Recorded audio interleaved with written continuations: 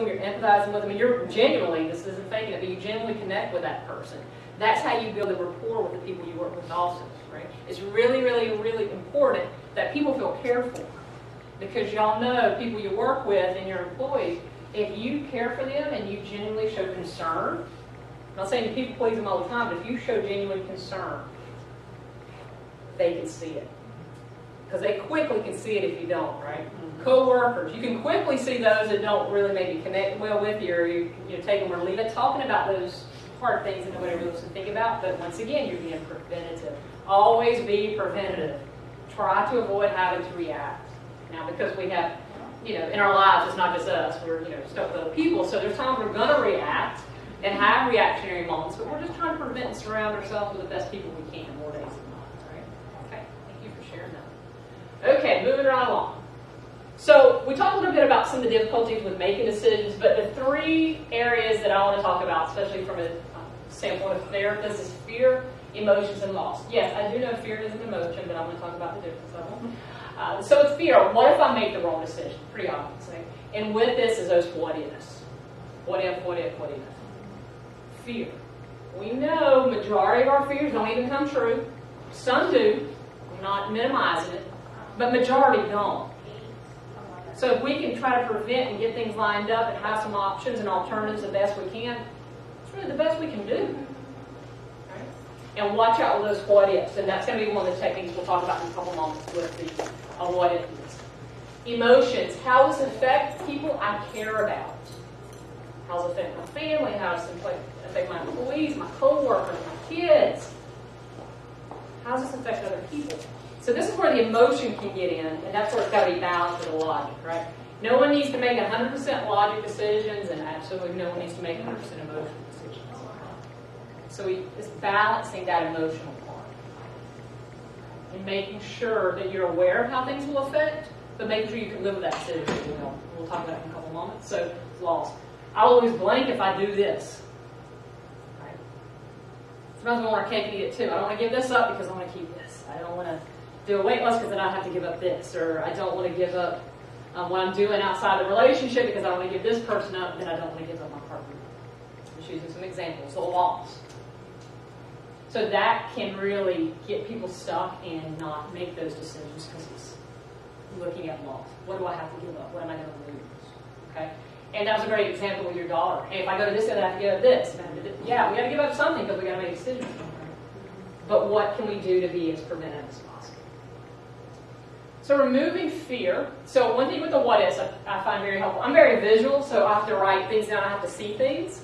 And I probably have, after yesterday, probably about, 10 to-do lists maybe. But they're all, I've got one that's moving in this direction, one that's focused on this, and one that's here.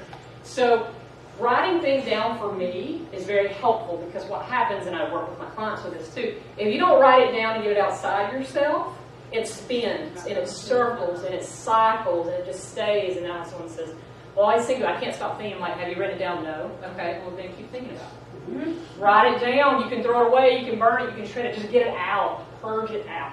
And that's what this what if list. You're going to make a decision. You start doing these what if, I'm not sure. Write it down. What if X, Y, and Z happens? What if 1, 2, and 3 happens? What if blah, blah, blah happens? Writing it out, then you can step back and say, okay, well, how likely is it this? I'm not really sure of this. Maybe I have to go cross through this one and not go with that one. Writing out your what ifs is very helpful because what it does is it makes you start taking action versus avoiding. Because if we can avoid it, that means we're unconscious. If we can avoid it, it means we don't have to make a decision, but then we're frustrated because we need to make a decision. Writing it down helps you get the course of making that decision with the what ifs. Don't hold back. Don't think one's silly or not important. Put them all down. Purge them out. Get them down. And mark those that are probably likely not going to happen.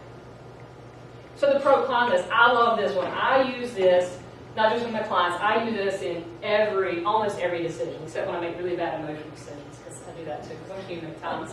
Less as I get older, which is great.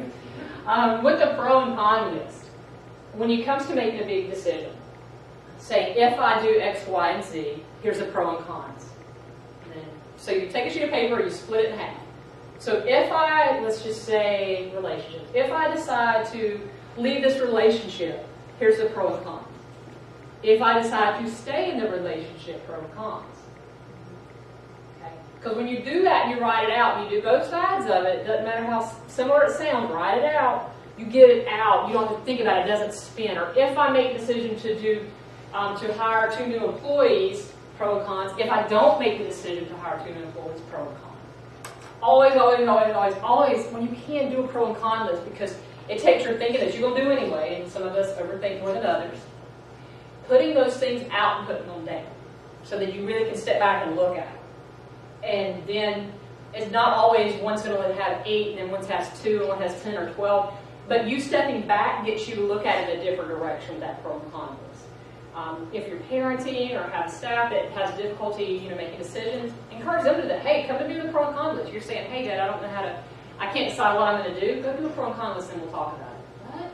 Yes, go do some work, put it down, get it out, and that will help them do some of their own preventative planning ahead versus coming and expecting you to make a decision for them. Gets them working.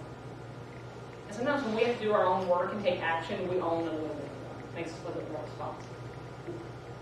So reach out to a friend, mentor, advisor, anyone you trust, and y'all gave some examples. How important it is to reach out to those people, whether it's someone in your field or industry or someone else, just someone that you can trust and is going to have your genuine interest. Most importantly, go to someone that's not going to just say, yes, you're great. Go to somebody real. That's going to be direct. That friend that you go to when it's just you don't have anybody else and everyone else has always told you all the positive and they're going to tell you like it is. Go to them first. Then you go get the fluffy stuff later. Right? But you're trying to get decisions, so put it out there and get that honest feedback.